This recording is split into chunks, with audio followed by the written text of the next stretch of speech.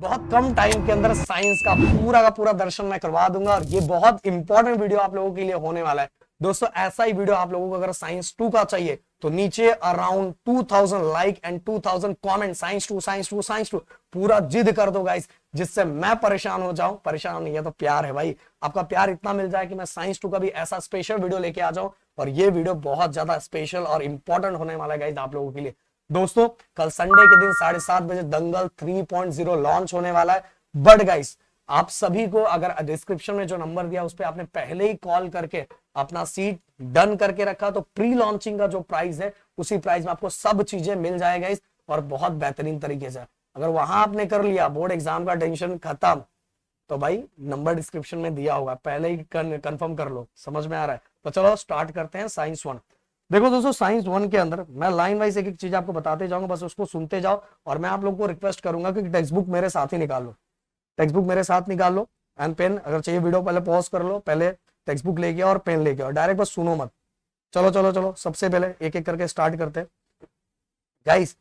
यहां आपको कुछ ज्यादा करने की जरूरत नहीं है, आप नीचे आ जाओ। ओनली गाइस सर्कुलर मोशन का डेफिनेशन एंड सेंट्रीपिटल का डेफिनेशन, बस इतना करना है, बाकी कुछ करने की जरूरत नहीं है।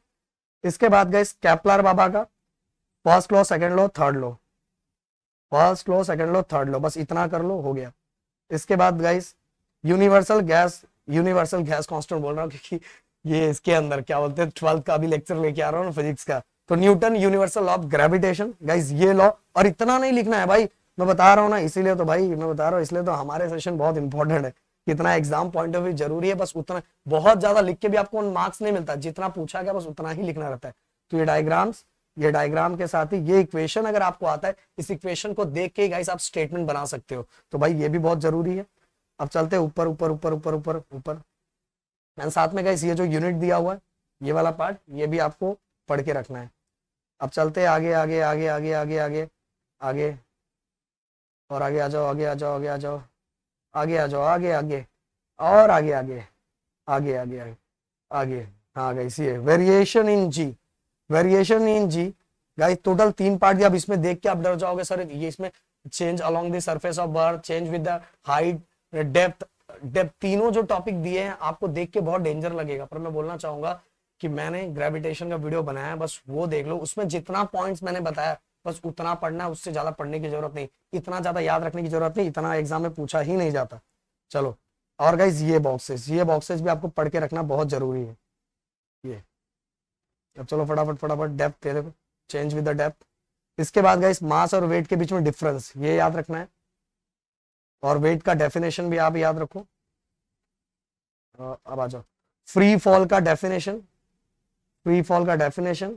एंड साथ में गाइस उसके साथ ये कंडीशन सबसे ज्यादा यूज होता है न्यूमेरिकल का 1 शॉट वीडियो मैंने बनाया है गाइस, बस उसको देख लो काम हो जाएगा। और गाइस एसके वेलोसिटी का ओनली डेफिनेशन बस हो जाएगा आपका काम, बस खत्म।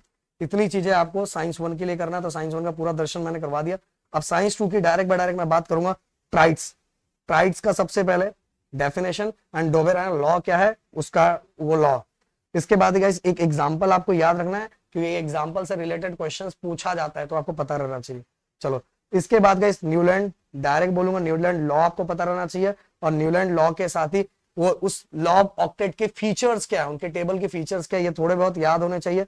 एंड गाइस फाइनली उनका टेबल फेल क्यों हुआ मैं बताना चाहूंगा, ये भी मैंने अपने वीडियो के अंदर आपको डायरेक्ट 3 लाइन में स्टेटमेंट बताया, बस वो देख लो, वो काम हो जाएगा, उससे ज्यादा कुछ नहीं आने वाला। अब मैंडलीव के अंदर भी क्या देखना है आपको, मैंडलीव का लॉ पढ़ लो, मैंडलीव का मेरिट्स एंड डीमेरिट्स। अब आपके बुक के अंदर देखोगे तो बहुत सारी चीजें लिखी हुई है, बट फिर से बोलो नोट्स मेरा देखोगे तो मैंडली का लॉ, मेरिट्स एंड डीमेरिट्स, 3 4 जो मैंने पॉइंट्स दिए बस उतना ही पढ़ना है। इवन आपको गाइस अगर 80 आउट ऑफ 80 स्कोर करना है तो गधा वर्क मत करो, स्मार्ट वर्क करो, जितनी चीजें आपको जरूरी है, जैसा आपको लिखना है बोर्ड के अकॉर्डिंग जितने पॉइंट चाहिए उतना आपको पता रहना चाहिए दोस्तों, न उससे कम न उससे ज्यादा। चलो अब आगे चलते हैं। ये देखो मैंने बता दिया मेरिट्स डीमेरिट्स दोनों। इवन गाइज कभी कभार ये पूछा जाता है, इसको बस एक बार ये टेबल देख के रखो, बुक के अंदर के जो टेबल्स है तो बहुत बहुत इंपॉर्टेंट है गाइज डीमेरिट्स से देखो, पर डीमेरिट्स मेरा वाला देखोगे तो बहुत आसान है, बहुत सिंपल तरीके से मैंने बताया। अब मॉडर्न पीरियड टेबल के अंदर मॉडर्न पीरियडिक लॉ, बस एटॉमिक नंबर की जगह पे एटॉमिक मास का तो मेंडलीव पापा का हो जाएगा। समझ में? ये देखो नीचे दिया हुआ है लॉ, और साथ में guys modern period, long form of modern period table, मतलब पूरे टेबल के बारे में पूरा कंप्लीट इंफॉर्मेशन। गाइस ये सब पूरा इतना पढ़ने की जरूरत नहीं, बस ये टेबल के बारे में, ये टेबल को आप समझ लेते हो ना पूरी तरीके से, group wise, period wise. Then इसके बाद गाइस कहाँ कौन सा सेक्शन है, कौन सा ब्लॉक है, देन ट्रांजिशन एलिमेंट कहाँ है, इनर ट्रांजिशन एलिमेंट कहाँ है, हैलोजेंस कहाँ है, फिर इसका जीरो ग्रुप्स कहाँ है, अल्कली मेटल कहाँ है, अर्थ अल्कली मेटल कहाँ है, ट्रांजिशन एलिमेंट कहाँ है, इनर ट्रांजिशन एलिमेंट का, नॉर्मल एलिमेंट का, बस इतना समझ लिया ना भाई, मैं बोल रहा हूँ इससे रिलेटेड हर क्वेश्चन को हैंडल कर लो गाइस। इवन मैं बताना चाहूंगा इसके पीवाईक्यू भी मैंने सॉल्व किए, अगर वो वीडियो आपने नहीं देखा तो प्लीज जाके देखो। प्रेडिक्ट ट्रेंड्स की मैं बात करूंगा, वैलेंसी ऑलरेडी आपको पता है, बट आपको इसके अंदर फोकस मेनली किन चीजों पे करना है, एटॉमिक साइज, एटॉमिक साइज के जो पॉइंट्स मैंने अपने वीडियो में दिया बस उतना पढ़ना है। इवन गाइस ये याद रखो एटॉमिक रेडियस किस में एक्सप्रेस किया जाता है वो आपको पता रहना चाहिए, एंड साथ में गाइस उसके अंदर मैंने कुछ पॉइंट दिए, 3 पॉइंट दिया, वो पढ़ लेना। अब आते हैं मेटेलिक एंड नॉन मेटेलिक, इतना सा पढ़ने की जरूरत नहीं, बस मेटेलिक एंड नॉन, सबसे पहले metallic and non metallic character किसके पास होता है वो आपको पता रहना चाहिए, मेटल एंड नॉन मेटल की टेंडेंसी क्या होती है उसी तो समझ में आएगा।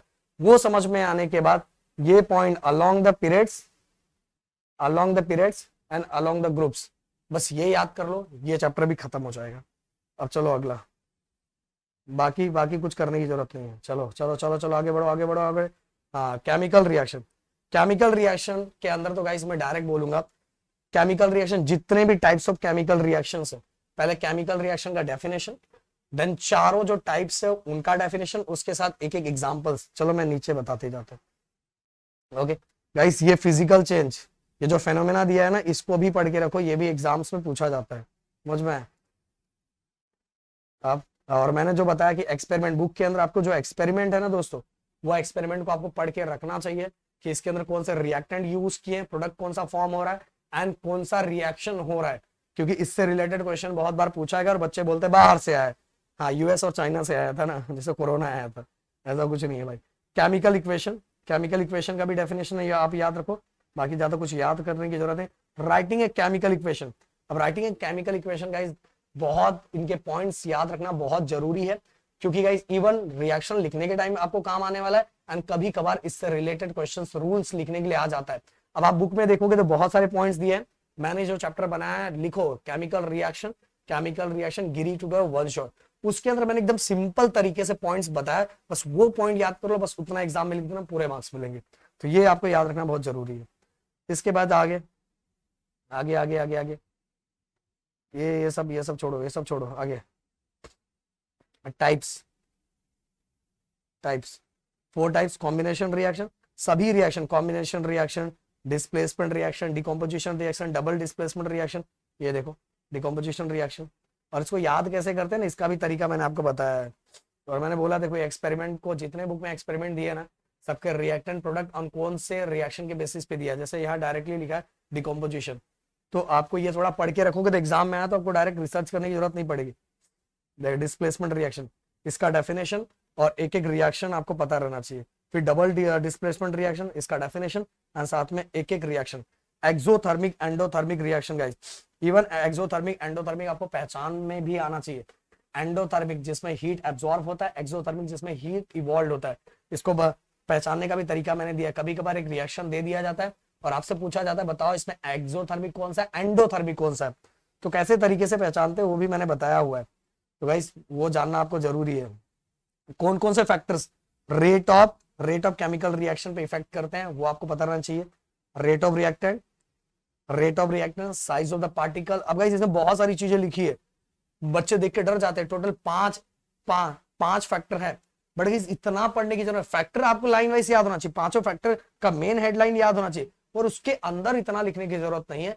इसको भी गाइस मेरे वन शॉट में आप देखोगे तो आपको समझ में आएगा, पर बहुत इंपॉर्टेंट है गाइस। ओके, कैटलिस्ट हो गया, फिर ऑक्सीडेशन रिडक्शन का डेफिनेशन एंड साथ में एक एक एग्जांपल। आगे आगे आगे देन कोरोजन का ये वाला बहुत इंपॉर्टेंट है गाइस, ये वाला पार्ट, एंड इवन कोरोजन का जो फॉर्मूला है, ये देखो ये केमिकल फॉर्मूला, ये समझ में आए, और रेंसिडिटी क्या होता है उसका प्रोसेस वो आपको पता रहना चाहिए, हो गया। और गाइस ये वाला, और वही ऊपर का ही है कोरोजन का, ये आगे चलते हैं। Guys effect of electric current के अंदर मैं डायरेक्ट आपको बता देता हूँ, चलो। इफेक्ट ऑफ इलेक्ट्रिक करंट के अंदर गाइस देखो गाइस, इसके अंदर ना ये लाइन के अंदर एक दो एमसीक्यू के क्वेश्चंस बनते हैं। ओके, निक्रोम वायर कहाँ यूज होता है, हीट कुकर के अंदर कौन सा वायर होता है, देन टंगस्टन वायर कहाँ यूज होता है, देन इसके बाद गाइस उसका मेल्टिंग पॉइंट कितना होता है, ये सब। और गाइस ये भी इफेक्ट ऑफ इलेक्ट्रिक करंट का मेरा वन शॉट देखोगे ना, तो उसमें मैंने अलग अलग करके दिया है, जिससे आपको पढ़ने के लिए आसान होगा। ये बल्ब में कौन बल्ब की लेबलिंग आपको आना चाहिए, कभी कभार बल्ब दे दिया जाएगा और आपको पूछा जाएगा। Even guys earthing, earthing live wire, neutral wire, उनके बीच में वोल्टेज कितना होता है ये भी आपको पता रहना चाहिए। तो अब आज आगे चलते, फ्यूज, फ्यूज क्यों यूज किया जाता है। इवन गाइस ओवरलोडिंग, ओवरलोडिंग का भी क्वेश्चन एग्जाम में पूछा जाता है, तो ओवरलोडिंग भी आपको पता रहना चाहिए। आगे आगे आगे आगे, हाँ, ये जितने राइट हैंड लेफ्ट हैंड जितने रूल दिए, ये रूल तो आपको आना चाहिए, और इतना रट्टा नहीं मारने का।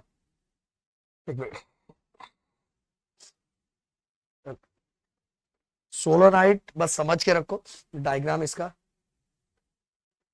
आगे आ जाओ फिर से, देखो Fleming left hand rule. Electric motor, electric motor का डेफिनेशन, कौन से प्रिंसिपल पे वर्क करता है, और इसका वर्किंग, इसका वर्किंग। अब यहाँ देखोगे तो बहुत डेंजर वर्किंग दिया, वर्किंग और डायग्राम बहुत डेंजर दिया हुआ, बट गाइस मैं बोलूंगा इसको मेरे वीडियोस के अंदर देखना, बहुत सिंपल हो जाएगा। इवन अगर आप रैंकर बैच, रैंकर तो 12th का बैच है, अगर दंगल बैच में हो तो ऑलरेडी आपको वीडियो मिल चुका है, एग्जाम पॉइंट ऑफ व्यू किस तरह से पढ़ना है, उसमें कौन कौन से पॉइंट कवर करना है ऑलरेडी मैंने बताया, आपने देख भी लिया होगा। अब आगे चलते हैं, गैल्वेनोमीटर, एमीटर, ये सभी के यूजेस और कहाँ यूज किया जाता है ये आपको पता रहना चाहिए। फैराडे लॉ ऑफ इंडक्शन के अंदर गाइस ये Fleming left right hand rule, ये आपको पता रहना चाहिए।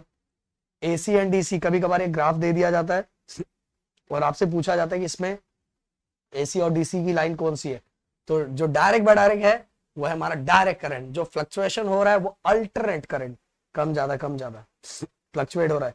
इलेक्ट्रिक जनरेटर के अंदर सबसे पहले इलेक्ट्रिक जनरेटर का डेफिनेशन, फिर एसी जनरेटर और डीसी जनरेटर दो होता है, तो हमारे बुक के अंदर एसी जनरेटर को अच्छा खासा जगह दिया गया है, तो एसी जनरेटर आप पढ़ के रखो, ये एसी जनरेटर के बारे में दिया हुआ है। एंड डीसी जनरेटर में भाई छोटा सा दिया, पर उसका डायग्राम आप देखोगे ना एग्जाम में आ गया था, देखो ये डीसी जनरेटर दिया हुआ, और ये देखो उसका डायग्राम यहाँ है, तो ये भी पढ़ के रखना है आपको। तो भाई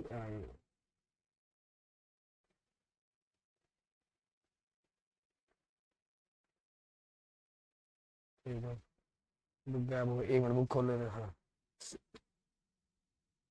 हाँ चलो अच्छा है, ये देखो यहाँ, ये देखो ये वाला, ये।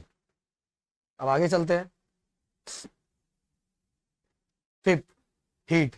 हीट के अंदर guys latent heat, latent heat of fusion, latent heat of vaporisation, ये डेफिनेशन। फिर specific latent heat of fusion, specific latent heat of vaporisation, दोनों। और इसके बाद रेजुलेशन, ये आपको पता रहना चाहिए। ये एक क्या हो गया, चल क्यों नहीं रहा, ये। देन इसका anomalous behaviour of water, then इसका ड्यू पॉइंट ह्यूमिडिटी, इसका डेफिनेशन। फिर स्पेसिफिक हीट कैपेसिटी, इसका डेफिनेशन गाइस, ये सभी बहुत इंपॉर्टेंट है गाइस। ओके आगे चलते हैं, मैंने एक ही बार में बता दिया। और ये वाला ग्राफ, ये वाला ग्राफ भी आपको पता रहना चाहिए। चलो चलो चलो चलो चलो चलो, रेजुलेशन, ये देखो एनोमलस बिहेवियर ऑफ वाटर, और ये वाला ग्राफ भी हॉप सेपरेटर।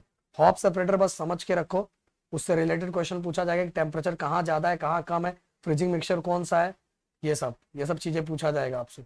और हॉप सेपरेटर कौन से प्रिंसिपल में वर्क करता है। इवन गाइस ये वाला ग्राफ इससे रिलेटेड कि कितने पे कितना टेम्परेचर, टेम्परेचर लो क्यों हो रहा है, कौन से प्रिंसिपल पे वर्क हो रहा है, तो ये भी anomalous behaviour of water. Due point humidity मैंने बताया, इसका डेफिनेशन आपको आना चाहिए।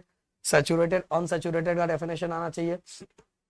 इवन गाइस ये भी पूछा जाता है कि due point, relative humidity, relative humidity ये देखो ये है, ये पर्सन रिलेटिव ह्यूमिडिटी। तो गाइस ये इसका डेफिनेशन भी बोलोगे, फॉर्मूला, इससे फॉर्मूला भी बना लोगे और इससे आपका डेफिनेशन भी हो जाएगा। और इसी को जब सॉल्व करोगे तो हमें ये परसेंट आता है। 100% मतलब होता है due point below more than 60% होता है ह्यूमिड, और लेस देन 60% होता है ड्राई। ओके अब unit of heat, unit of heat कौन कौन सा यूनिट यूज किया जाता है, ऐसा यूनिट, ऐसा यूनिट कौन सा है, सीजीएस यूनिट कौन सा है, तो यूनिट ऑफ हीट आपको आना चाहिए गाइस। ये एमसीक्यू 1 मार्क्स के लिए पूछा जा सकता है। स्पेसिफिक हीट में ये वाला आपको दे दिया जाएगा डायग्राम, आपसे पूछा जाएगा कि कौन हीट ज्यादा एब्जॉर्ब कर रहा है, कौन सा प्रिंसिपल है, बस ये आपको देख के भी वैसे पता चल रहा है। फिर बच्चे बोलेंगे बाहर से आया। ये चार्ट देख के रखना गाइस, इससे रिलेटेड पूछा गया वाटर का स्पेसिफिक हीट कितना है, पैराफिन का कितना है, कैरोसिन का कितना है। वैसे गाइस स्टार्टिंग का 2-3 तो देख के रखना ही चाहिए।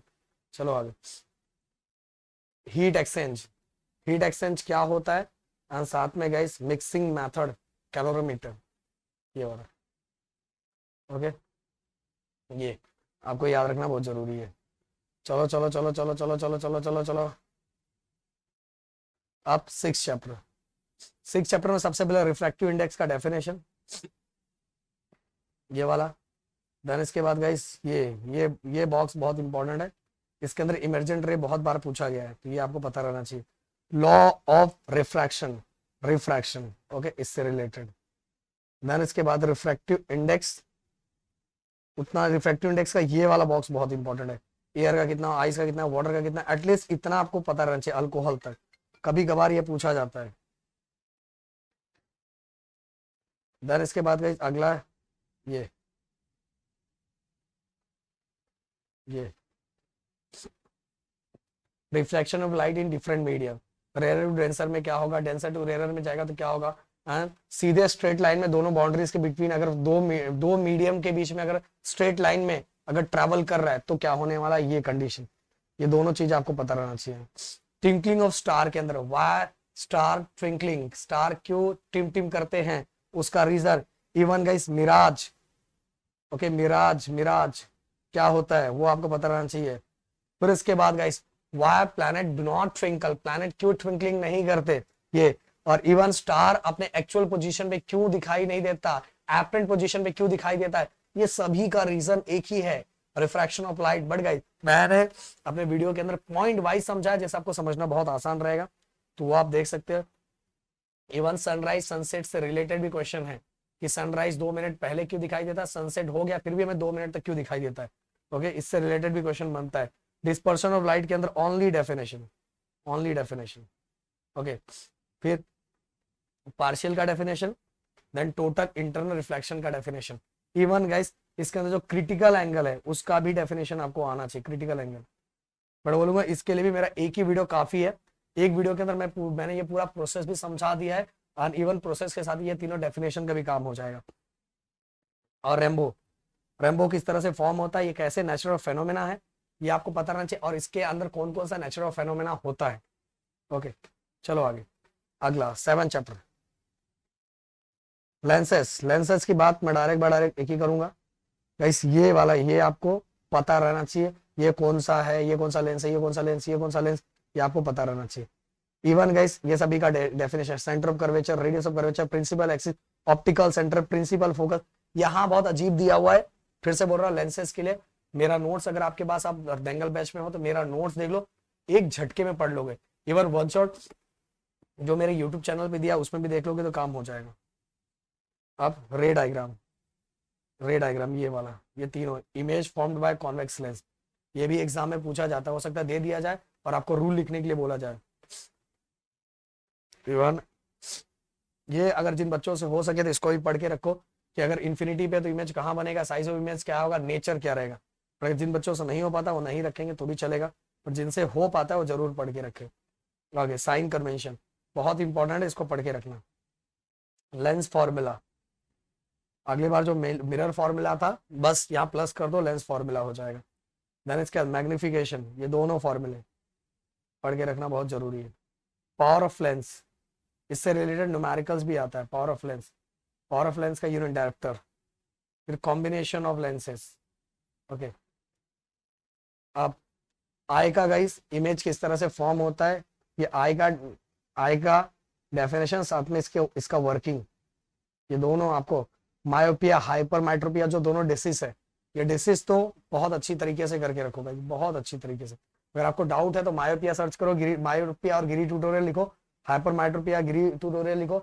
आपको राहुल सर ने ये सिखाया हुआ है, क्योंकि इसके अंदर थोड़ा बायो कॉन्सेप्ट यूज होता है, तो राहुल सर ने बहुत बेहतरीन तरीके से समझा है, आप समझ। प्लीज बायोपिया ये क्या है ये भी आपको पता रहना चाहिए।